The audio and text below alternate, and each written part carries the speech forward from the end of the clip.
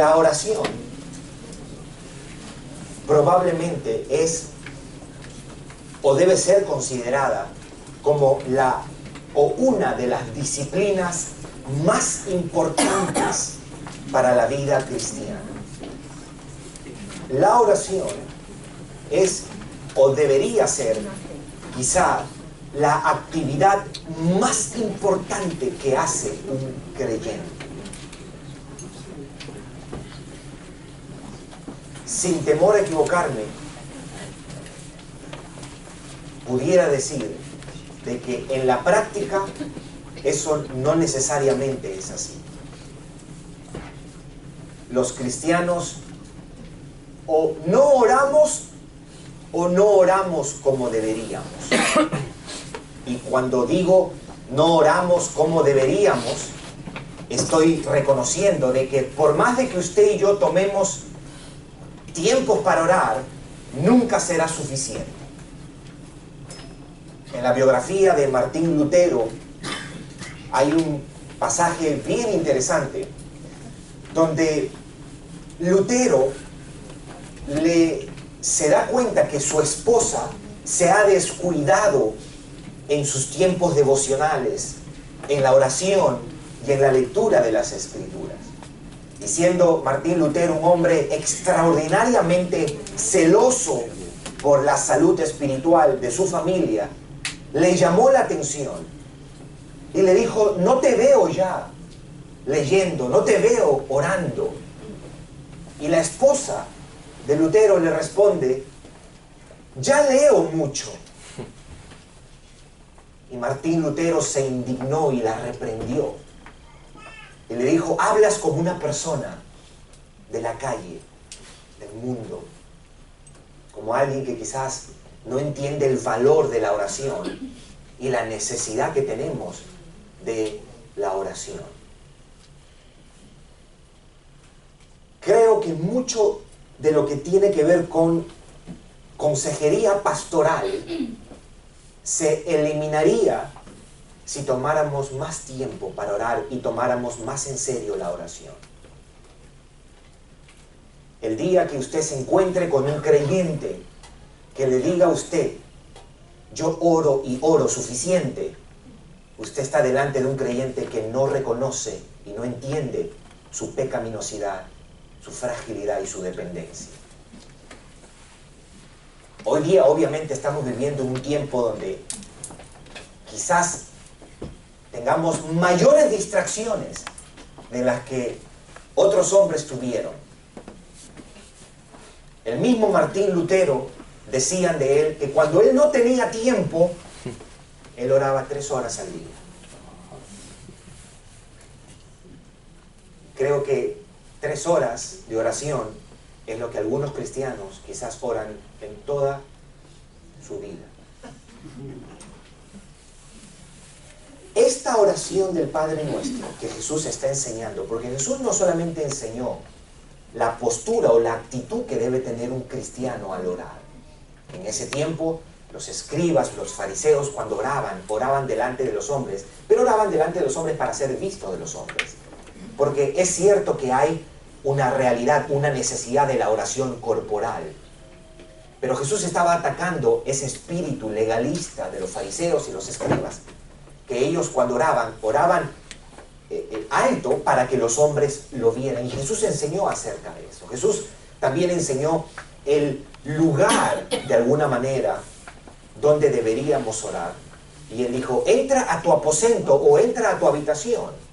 Ahora, eso más que ser un lugar físico, está hablando de mejor apártate a un lado y dedica tiempo única y exclusivamente para la oración. Puede ser tu sala, puede ser tu habitación, puede ser en tu carro, puede ser en el parque caminando. Ok, pero lo que Jesús estaba tratando de decir: sepárate tú solo y toma un tiempo dedicado a la oración. Pero ahora Él ha venido enseñando no solamente la actitud y el lugar, sino también el contenido de nuestra oración. ¿Cómo debemos orar a Dios? Y hay una verdad. ¿quién mejor que Dios mismo para enseñarnos a orarle a Dios? No estamos tomando el ejemplo de grandes hombres de Dios en la Biblia como Abraham, Moisés, David, que oraban. Eran hombres de oración. No estamos tomando el ejemplo de Pedro ni de Pablo, que nos dicen cómo orar. No, estamos tomando el ejemplo del Dios encarnado, de Jesucristo mismo. Dios hecho hombre. Y Él nos está enseñando cómo orar a Dios o cómo pedirle a Dios. Y las semanas pasadas, las últimas 3 semanas, hemos venido considerando cada aspecto de la oración. Reconozco que soy de las personas que por muchos años oraba el Padre Nuestro, repitiéndolo, pero repitiéndolo como un loro, si usted entiende lo que yo quiero decir. Sin considerar lo que cada una de esas palabras significan o la profundidad de cada una de esas palabras y cada una de esas peticiones. Hoy día vamos a mirar la segunda parte de esta oración, porque la primera empieza diciendo: Padre nuestro que estás en los cielos. Habíamos dicho que el Padre nuestro que estás en los cielos era una manera del creyente acercarse a Dios reconociendo que Dios que está en los cielos como un rey soberano, porque los cielos son su trono, ese Dios soberano, Rey de Reyes, que controla todo el universo, es también nuestro Padre bueno. Y ese Padre bueno, que es fiel, que es tierno, que es misericordioso, ese mismo papá es quien controla todo lo que pasa en su creación. Y eso debe ponernos de antemano con una conciencia de que por más que usted y yo estemos pasando dificultades, Dios sigue siendo Dios. Amén. Y comienza a hacer peticiones. Y la mayoría de los comentaristas coinciden que el Padre Nuestro contiene 6 oraciones. Algunos dicen son 7, especialmente por la del final, cuando dice: no nos dejes caer en tentación, mas líbranos del mal. Algunos miran 2 peticiones, otros miran una misma petición que tiene dos lados, pero por lo general se distingue 6 oraciones que se hace en el Padre Nuestro. Habíamos mirado que la primera petición es: santificado sea tu nombre, y eso quiere decir que los hombres tengan en alta estima, en alto honor, que veneren tu nombre, que tú seas tratado con la mayor dignidad, con la mayor reverencia, con el mayor respeto, que tu nombre sea adorado, venerado, santificado, sea honrado. Venga tu reino. Ya no es ahora el nombre de Dios, ahora es el reino de Dios, que la expresión final, la manifestación más visible de tu reino, aunque tu reino ha sido inaugurado cuando vino Cristo y hubo evidencias y señales de eso, y aunque tu reino está gobernando en el corazón de cada creyente sobre su iglesia y es un reinado espiritual, la oración del Padre Nuestro dice que tu reino venga de una vez por todas y que se haga manifiesto y visible delante de todos los hombres, que tu reino venga. Y después le dice: santificado sea tu nombre, venga tu reino, hágase tu voluntad en la tierra como en el cielo, que todos los hombres podamos cumplir y hacer tu voluntad como tú la has revelado en tu palabra. Y esa voluntad que es tuya, que es secreta, ese propósito eterno, esa voluntad soberana que te compete solamente a ti, lo que tú has decidido que suceda, que eso venga a cumplimiento. Yo quiero estar feliz sabiendo de que tu voluntad se está cumpliendo, porque nosotros los creyentes sabemos que la voluntad de Dios, por más difícil que parezca por momentos, es buena, es agradable y es perfecta. A partir del versículo 11, cambia la dinámica de las peticiones. Ya no son peticiones enfocadas en las cosas de Dios, ahora viene y se enfoca en el hombre. Y la primera petición, que tiene que ver con cuestiones del ser humano, empieza a partir del versículo 11, el versículo 12 y el versículo 13. Y eso es lo que nosotros vamos a mirar hoy día. Y he dividido el mensaje que estoy compartiendo esta mañana en básicamente 3 partes. Nosotros vamos a mirar qué significa cada una de estas peticiones. Número 2, vamos a mirar, después de haber considerado qué significa, qué implica estas oraciones. Y número 3, al final, como esta es la última parte de nuestro estudio del Padre Nuestro, vamos a mirar cuál es la enseñanza general acerca de esta oración conocida por nosotros como el Padre Nuestro. Al final también voy a compartir una estadística muy reveladora y que nos va a ayudar muchísimo a nosotros como creyentes. Vamos a mirar el significado primero. Dice el versículo 11, el pan nuestro de cada día, dánoslo hoy. Ahora, cuando está utilizando Jesús la palabra pan, lo está utilizando de una manera alegórica o una manera simbólica. No está diciendo que nosotros debemos solamente pedirle pan, bread, ¿ok? Es rico el pan, ¿verdad?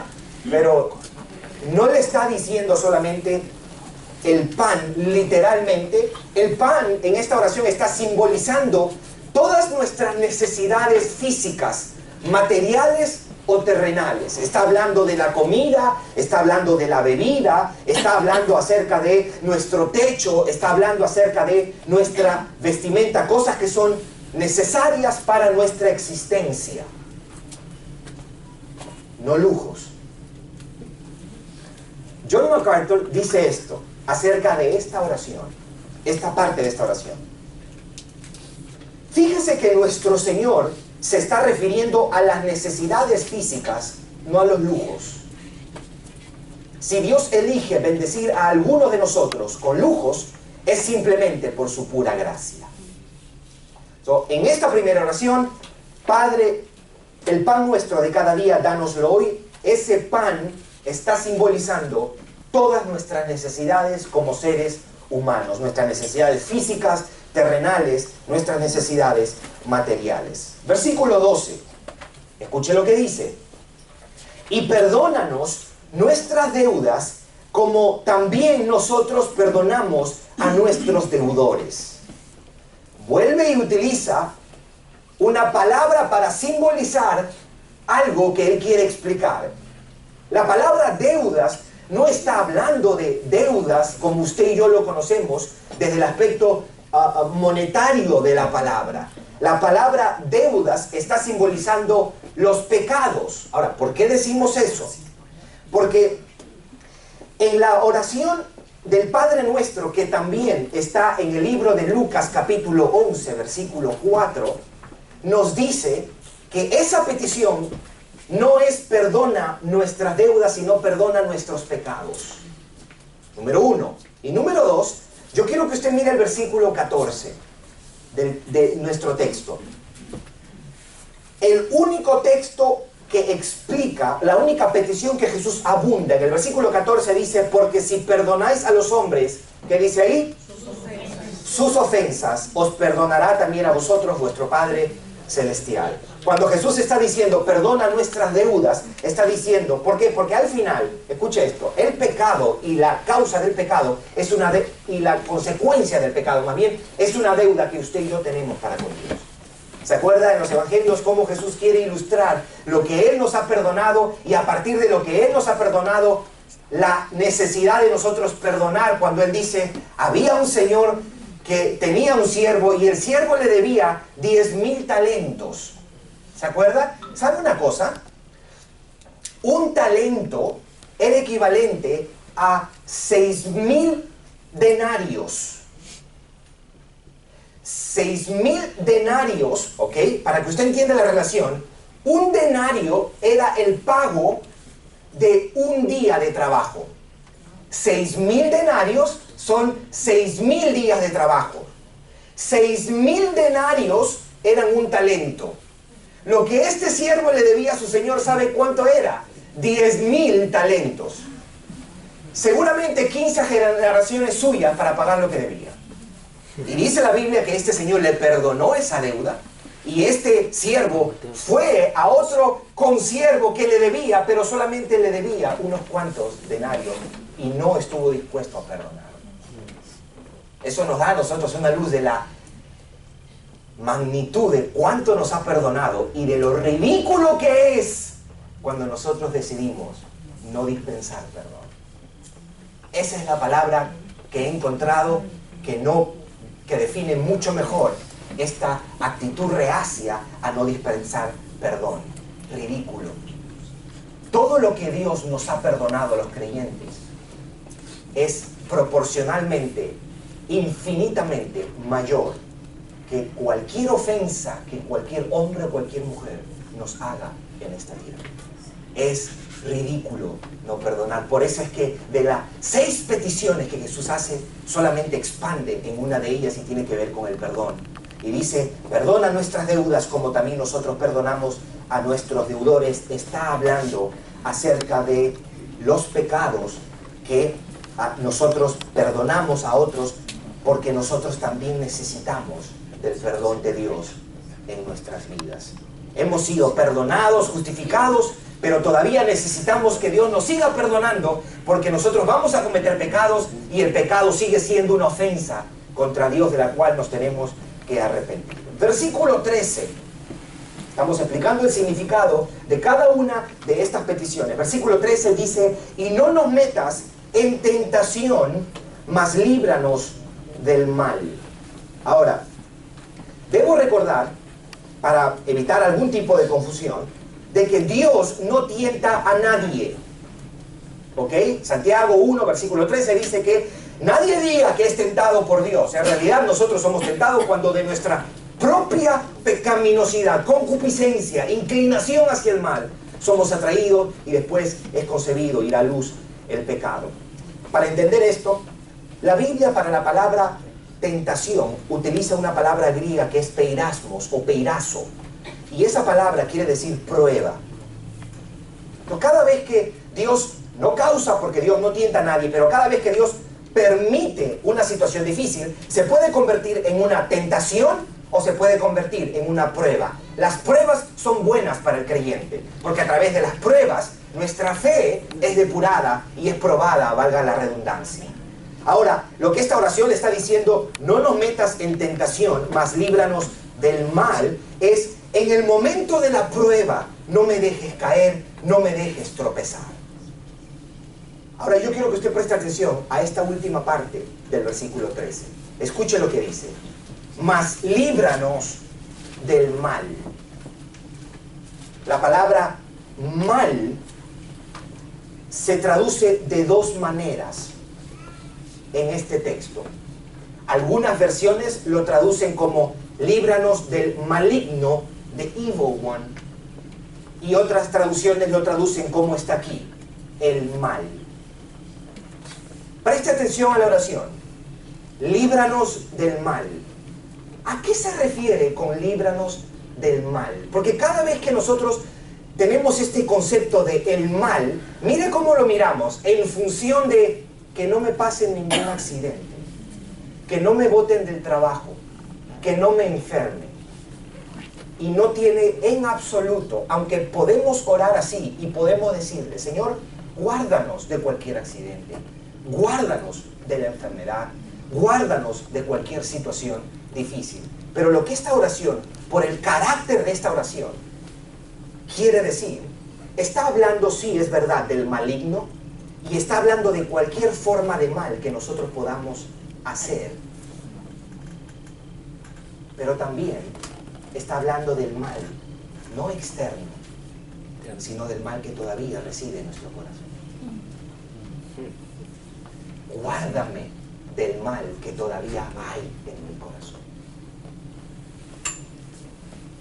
Yo no sé si usted lo sabía, pero la persona que está sentado o sentada al lado de usted todavía tiene, si es creyente, todavía tiene mal en su corazón. Y algunos de nosotros tenemos muchísimo mal en nuestro corazón. Y lo más grave es que en ocasiones nosotros acariciamos el mal en nuestro corazón. Lo miramos, lo contemplamos y lo tratamos con dignidad. Líbranos del mal, líbrame del maligno, líbrame de toda tentación que me vaya a hacer. Ya me has perdonado mis pecados, pero yo sé que todavía puedo estar bajo la influencia del pecado.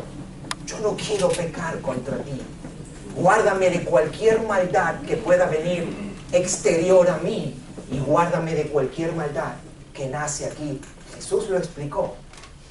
Los malos pensamientos, los homicidios, los adulterios, todo tipo de maldad no viene de afuera. ¿De dónde viene? De aquí del corazón. No nos metas en tentación, mas líbranos. ¿Nos ayuda eso? Ok, después de haber explicado el significado de cada una de estas oraciones, vamos a mirar entonces qué nos demuestra estas peticiones, o qué implica esto que acabamos de orar, el pan nuestro de cada día, dánoslo hoy y perdona nuestras deudas como también nosotros perdonamos a nuestros deudores y no nos metas en tentación, mas líbranos del mal. ¿Qué significa? ¿Qué implica todo esto para nuestras vidas? Y quiero hacer una distinción aquí. ¿Qué implica con respecto a nosotros, los creyentes, y qué implica con respecto a Dios? Yo lo voy a invitar a usted que podamos meditar en cada una de estas palabras, porque estas palabras dicen muchísimo más de lo que usted está viendo. Hay un mensaje entre líneas. Número uno, cuando nosotros oramos el pan nuestro de cada día, usted y yo estamos reconociendo nuestra absoluta dependencia de Dios para nuestro sustento. Ahora, nótese que no dice, los que son pobres oren el pan nuestro de cada día y los ricos ya no, porque los ricos tienen el pan nuestro de cada día. No dice eso. Porque aún aquellos que tienen abundancia, algún creyente que Dios le haya bendecido con lujos y abundancia, todavía debe reconocer su dependencia de Dios, porque en el momentito que Dios quiera, le quita el oxígeno para poder respirar. El pan nuestro de cada día es un reconocimiento. No es, escuche esto, no es una invitación a decir, yo no trabajo porque Dios es quien me suple. No. Dios te suple a través de tu trabajo. Por eso a los tesalonicenses Pablo le decía, el que no trabaja, que no coma. Lo que nos está diciendo este texto es, Señor, nosotros dependemos de ti, aún para lo más básico. Tengo habilidades para trabajar, tengo un trabajo, tengo un negocio, tengo dinero guardado, vivo en un país, los que vivimos en un país de abundancia, como aquí en los Estados Unidos, pero si no fuese por tu gracia y misericordia, yo hoy día ni siquiera me hubiese levantado. Estoy comiendo porque tú eres un Padre bueno, porque el pan de nosotros, de cada día, tú lo has provisto. Martin Lloyd-Jones, un predicador inglés fallecido en los 1980, decía, no hay nada en todas las escrituras que nos demuestran con tanta claridad nuestra dependencia total de Dios como lo hace esta oración. No hay nada en todas las escrituras que nos demuestran con tanta claridad nuestra dependencia de Dios como lo hace esta oración. ¿Qué implica ahora el decir perdónanos nuestras deudas o perdónanos nuestras ofensas o nuestros pecados? Si usted y yo nos ponemos a pensar y a meditar, eso implica varias cosas. Número uno, que le hemos fallado a Dios, que somos culpables delante de Dios. Otra cosa que nos revela es nuestra pecaminosidad. No somos inclinados al bien, somos inclinados al mal. Ahora, el creyente, en virtud de su nueva naturaleza, tiene amor por la justicia ahora. Desea agradar a Dios. Yo le voy a explicar cuál es la diferencia entre un creyente que peca y una persona que no es creyente que peca. Un creyente que peca y una persona que no es creyente que peca. En que el que no está en Cristo peca y está, como diría el Chapulín Colorado, fresco como una lechuga. Pero el creyente, cuando peca, se siente mal, se siente culpable, sucio, se siente que no merece la gracia y el perdón de Dios. El decirle, Padre nuestro, perdónanos nuestras deudas, es reconocer que somos culpables, es reconocer nuestra pecaminosidad. Y también nos dice algo muy importante. Porque debo recordarles que Él está diciendo una oración que parece debe practicarse todos los días. ¿Correcto? Y Él está pidiendo perdón. Esa actitud de pedir perdón debe ser una actitud diaria. Es una actitud de arrepentimiento. ¿Sabe una cosa? Desde que usted y yo en la mañana nos levantamos, por más que usted se levante, porque la actitud de nosotros los lunes es un poquito distinta a la de los viernes. ¿Le ha pasado a usted?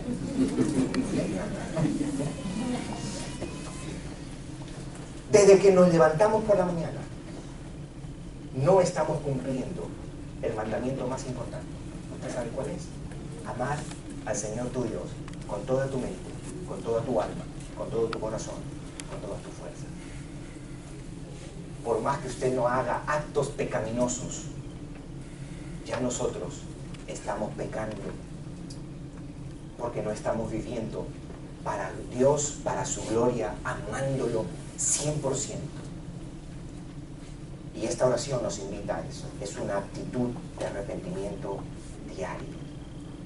El cristiano le pide perdón a Dios por no amarlo como Él se merece. El cristiano le pide perdón a Dios por tener resentimientos hacia sus hermanos, hacia sus otras personas. El cristiano le pide perdón a Dios por haber sido tibio e indiferente, por haber sido egoísta, por haber hablado algo que no es debido, pensado algo que es ofensivo a Dios, sentido algo que es desagradable a la santidad de Dios. El cristiano tiene esa actitud constante. Señor, ¿sabes qué? Perdóname, límpiame. Por eso es que Juan decía, el que dice que no tiene pecado es un mentiroso.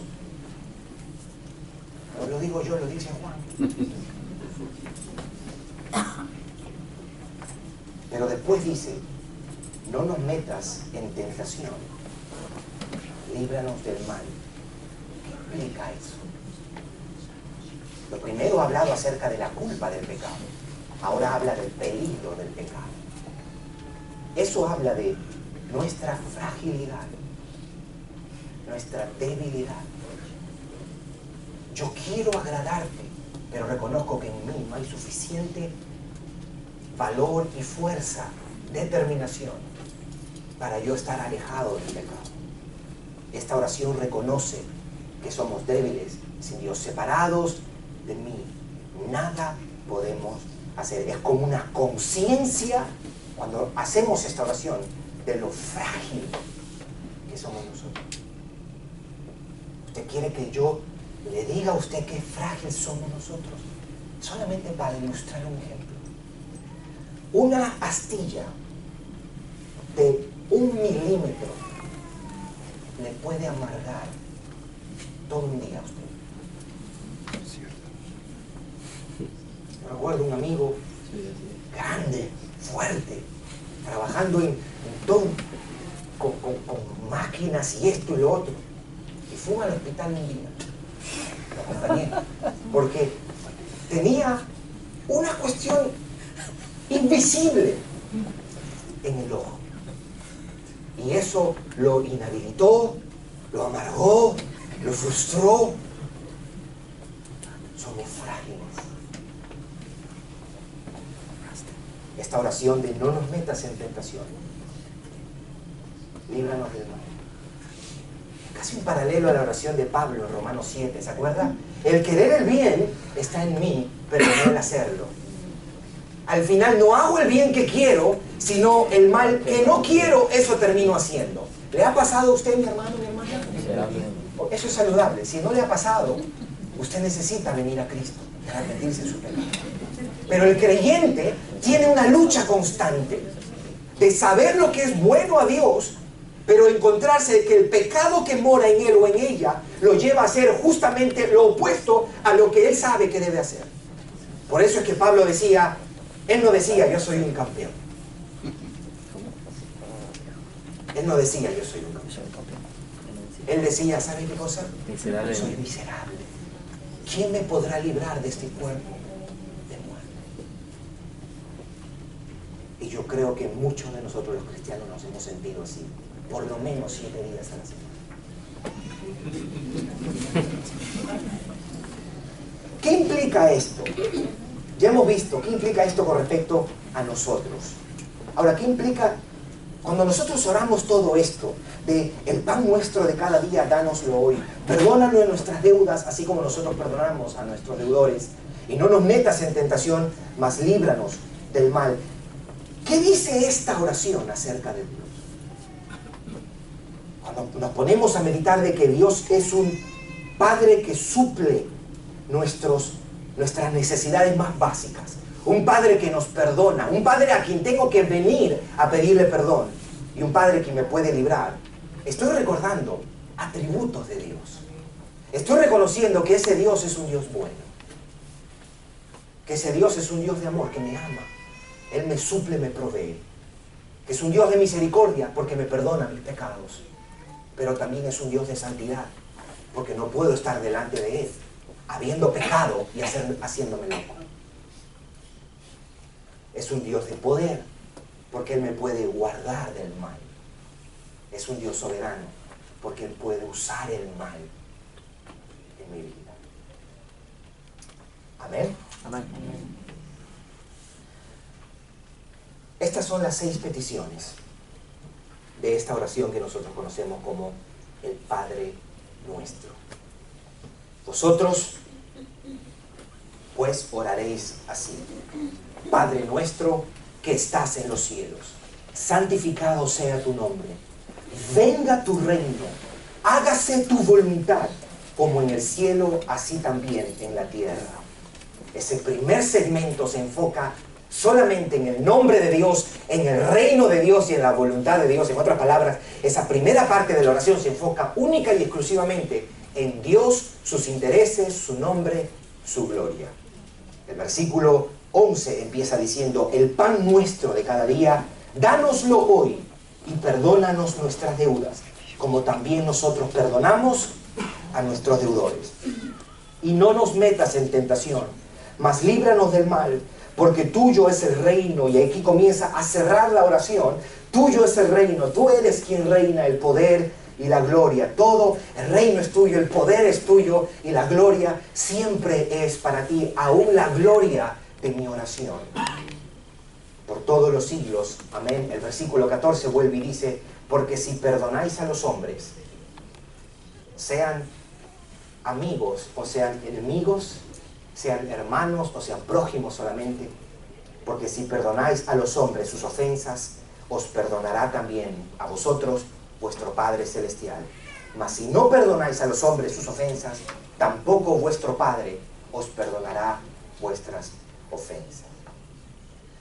Quiero dar algunas conclusiones acerca de toda esta oración que nosotros hemos hecho.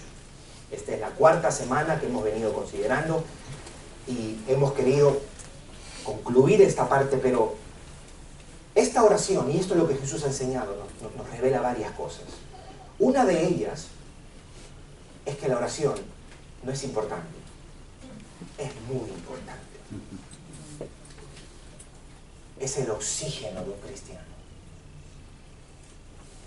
Y cuando digo oración, no estoy hablando de la oración incidental, esa que hacemos antes de comer. No, eso hay que hacerlo, pero no estamos hablando de eso.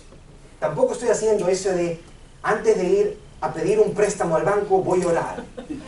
O antes de pedirle a mi jefe que me dé un aumento voy a orar. No, estoy hablando de la disciplina de la oración. Estoy hablando de la vida devocional de un creyente. Otra cosa que nos revela esto, extraordinariamente nos revela, si usted y yo nos ponemos a meditar con esto, honestamente, si usted y yo somos honestos y meditamos en cada una de estas peticiones, llegamos a una conclusión, de que la oración, esta oración que nos ha enseñado Jesús, no es un mecanismo para lograr cosas. Es un error decir el poder de la oración. No, en la oración no hay nada poderoso. El poderoso Es Dios. es Dios. Él sí es poderoso para cambiar las circunstancias, para sanar nuestras enfermedades, para ayudarnos en nuestros matrimonios, para obrar con nuestros hijos. La oración no es un mecanismo para lograr cosas. Es un error mirarlo así. Es como la tía que no era creyente, está con su sobrino, que es un creyente, un niño, que cree en Dios. Y se le había perdido el juguete al niño, a su sobrino. Y el niño estaba desesperado, atribulado estaba por su juguete. Y la tía le dice, ¿por qué no le oras a tu Dios a ver si te ayuda a encontrar tu juguete? Y el niño en efecto va y se arrodilla y se pone a orar. La tía se va. Y él comienza a orar por su juguete que se había perdido. Y le pide a Dios. Más tarde llega la tía, que debo recordar no era creyente, y le dice, ¿y te devolvió Dios tu juguete? Y le dice el niño, no, pero él ya me quitó las ganas de jugar.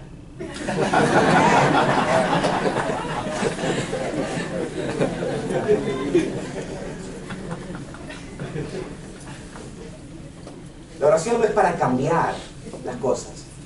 La oración trata con nosotros. Amén, amén.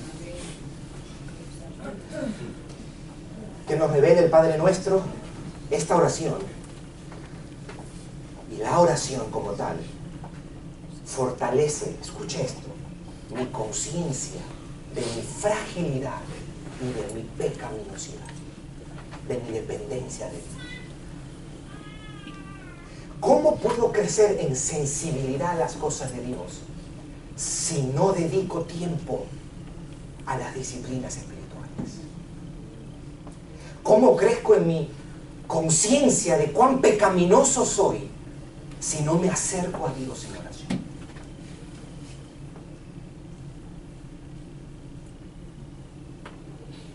La oración también, aparte que fortalece mi conciencia de cuán frágil, dependiente y pecaminoso soy, también robustece mi conciencia de quién es Dios. Porque cuando tomo ese tiempo para orar, para meditar, mi tiempo en devoción, comienzo a pensar lo que dice esa canción: tú eres más grande de lo que yo imagino, tú eres más bueno de lo que yo imagino, tú eres más sabio de lo que yo imagino. La oración fortalece, robustece mi conciencia acerca de Dios, acerca de su carácter, de su amor, de su santidad. En otras palabras, el Padre Nuestro lo que hace es decirnos a nosotros cómo nosotros debemos vivir. Esto no es cómo debes orar solamente. Vive como tú quieras, pero ora de esta manera. No.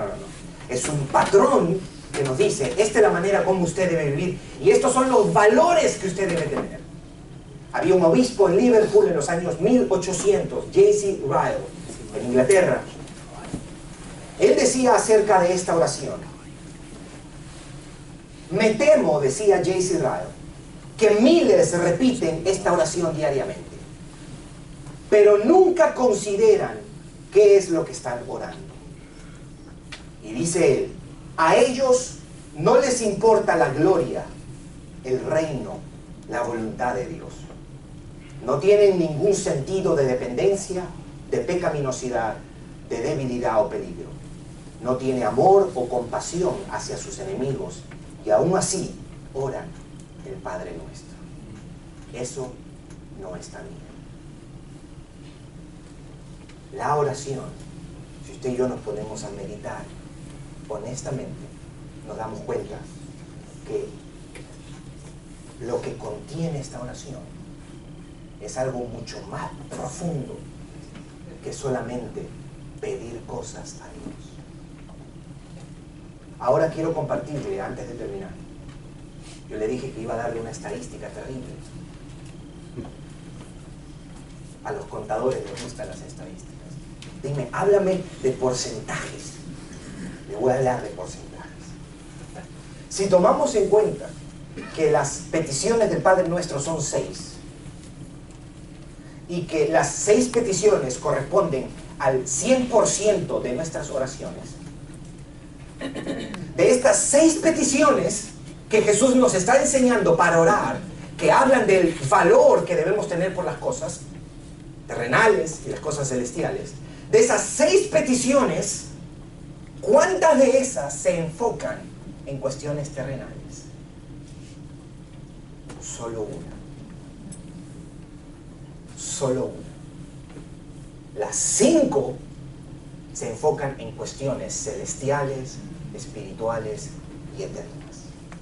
Quiere decir que del 100% de las peticiones que le hagamos a Dios, de acuerdo al Padre Nuestro, solo el 15% debe estar orientado a nuestras necesidades físicas. Fíjese que no elimina y no condena las necesidades físicas y pedirle a Dios por nuestras necesidades físicas.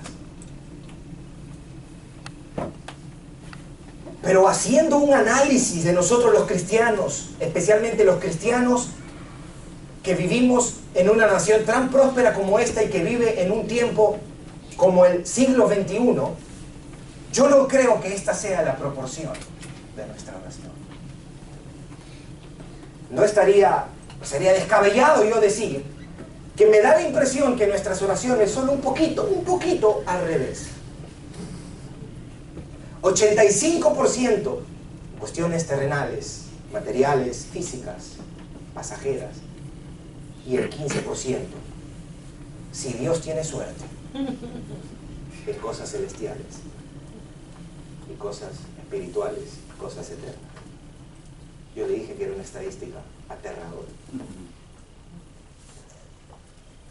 ¿Sabe qué nos recuerda el Padre Nuestro? Una oración tan inofensiva. Qué bonito el Padre Nuestro. Yo recuerdo, y creo que eso deberíamos rescatarlo nosotros los padres cristianos. Nuestros hijos deberían aprender a orar el Padre Nuestro, pero a orarlo con conciencia. Jesús no estaba tratando de decir, usted tiene que repetir estas palabras textualmente. Eso no es lo que estaba. Él estaba enseñando el corazón, el espíritu de la oración. Ahora, no está de más que de vez en cuando podamos orar literalmente y textualmente esta oración. Pero lo que esta oración del Padre Nuestro nos recuerda es que nosotros debemos vivir como personas que no son de este mundo. Que nuestro interés mayor, el 85%, escuche, no es ni siquiera 80-20, no es 30-70, no es 40-60, no es 55-45%. La relación es 85% y 15%. Lo que nos está diciendo esta oración es que nosotros debemos vivir con nuestra mirada puesta en las cosas eternas. Pablo le dijo a los filipenses, cuando él escribía su carta, le dijo, nuestra ciudadanía no está aquí, está en los cielos. Y esta oración es un reflejo de eso. Esta oración corrobora de que la vida del creyente debe ser así. Los valores del creyente deben ser así. Pedro escribía en su primera carta que nosotros tenemos que abstenernos de las pasiones que batallan en nuestra carne y que nos abstengamos como extranjeros y peregrinos. En otras palabras, lo que él estaba diciendo, usted y yo estamos aquí de paso. Usted y yo estamos aquí de paso. Nuestra vida debe ser una consecuencia de esa convicción y nuestra oración también. Sería interesante que cada uno de nosotros en los próximos 3 meses grabáramos inconscientemente y escucháramos qué sale de nuestra boca en nuestra oración. Obviamente, probablemente en las próximas semanas eso va a cambiar. Pero usted se imagina al poder tener un tape de los últimos 12 meses de todas las cosas que yo he orado. Señor, te pido por mi familia. Perfecto, hay que orar por la familia. Hay que orar mucho por nuestros matrimonios y por nuestros hijos. Señor, te pido que me des un mejor trabajo. ¿Es legítimo? Claro que es legítimo. Señor, te pido que me den un aumento. ¿Es bueno? Claro que es un aumento. ¿Es bueno para usted? ¿Es bueno para su esposa? ¿Que le den un aumento? Claro que sí. ¿Para sus hijos? ¿Es bueno para la iglesia si usted viene y defiende? Señor, te pido esta casa. Te pido esto. Te pido lo otro. La pregunta que nosotros como creyentes, a la luz de este texto, deberíamos hacernos: ¿es mi oración proporcional a la del Padre nuestro? ¿Estoy orando con pasión por el perdón de mis pecados?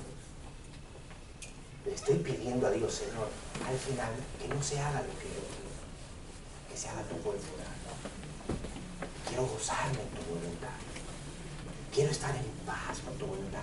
No aceptarla resignado a regañadientes, sino poder abrazarla con gozo.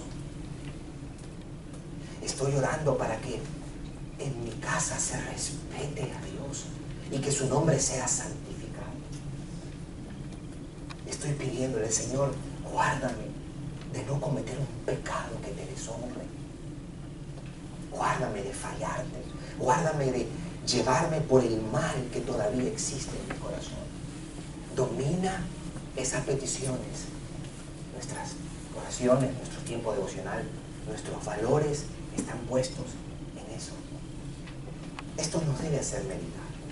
Poned la mira en las cosas de arriba y no en las de la tierra, decía Pablo cuando escribió a los Colosenses.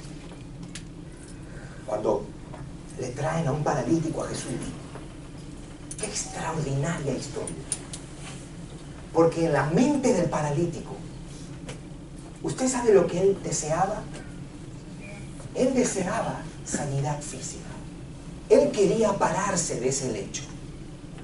Toda su vida paralítico y mirando a otras personas caminar. Y le dicen que hay un hombre, un tipo de Galilea, que está haciendo milagros y está sanando a las personas. Y el paralítico parece que era bueno en relaciones sociales, porque el tipo convenció a sus amigos para que lo llevaran donde estaba este tipo. Ahora, debo recordarles que no había GPS en ese entonces. Y tampoco había teléfonos celulares donde dicen, ¿dónde está? Está por aquí, por Jerusalén Boulevard. Y él convence a estos 4 amigos para llevarlo donde estaba este hombre que estaba haciendo milagros. Un tal Jesucristo de Nazaret. Y lo llevan. Ahora, cargar a una persona por un tiempo debe ser un poquito de trabajo, sobre todo cuando llegan a la casa que le habían dicho y la casa estaba llena. Y la única opción era subir, romper el techo y tirarlo. Imagínense, paralítico y encima con huesos rotos. Abren el techo, tiran al paralítico y el paralítico con su corazón así, seguramente, este tipo me va a sanar. Y le dice Jesús, tus pecados te son perdonados. Y el hombre, pero ¿qué clase de milagrero es este? Yo no vengo acá por eso. Yo vengo acá que tú me soluciones esto. Yo quiero caminar. Y como que tus pecados te son perdonados. Le estaba hablando de su mayor necesidad. ¿Sabe una cosa, mi hermano, mi hermana? Su mayor necesidad en este momento no es que le den un mejor trabajo o un mejor sueldo. No estamos quitándole importancia a eso porque está en el Padre Nuestro. El pan nuestro de cada día, dámelo hoy, dánoslo hoy. Pero nosotros no somos de este mundo. Nosotros somos de los cielos. Y nuestros valores deben reflejar los valores del cielo. Uno de los escritores que hace unos años comencé a leer, que me causó una impresión, y creo que muchos de sus libros fueron para mí de gran bendición. Leonardo Ravenhill, un predicador inglés que falleció el año 1994. Él escribe el famoso libro Cuando el avivamiento demora. Y él hablaba acerca de la oración. Se encontró una vez con un gran predicador, una iglesia de miles de personas. Y este predicador se jactó delante de Leonard Ravenhill. Y Leonard Ravenhill le dijo, yo te hago una pregunta. ¿Tú tienes reuniones de oración? Y le dijo, claro que sí. Tengo un servicio de oración en mitad de semana. ¿Cuánta gente va a tu reunión de oración? Y el predicador le respondió, como unos 30 o 40. Y le dijo, tú no tienes una iglesia de miles. Esa es tu iglesia, de 30 o 40 personas. La columna vertebral de un cristiano es su oración. Y cuando hacen la biografía de Leonard Ravenhill, el biógrafo puso en el título biografía de Leonard Ravenhill a la luz de la eternidad, porque ellos decían que era un hombre con una profunda conciencia de las cosas eternas, de las cosas celestiales, de las cosas espirituales, que a través de esta oración el Señor nos conceda esa sensibilidad de las cosas eternas, esa sensibilidad de nuestra pecaminosidad y de nuestra necesidad de la gracia de Dios. Cuando tomamos tiempo para tener devociones, para orar, para meditar, rápido comenzamos a ser conscientes de nuestra necesidad y de su grandeza y de su amor. Muchas veces vivimos como oramos. Amén. Póngase de pie.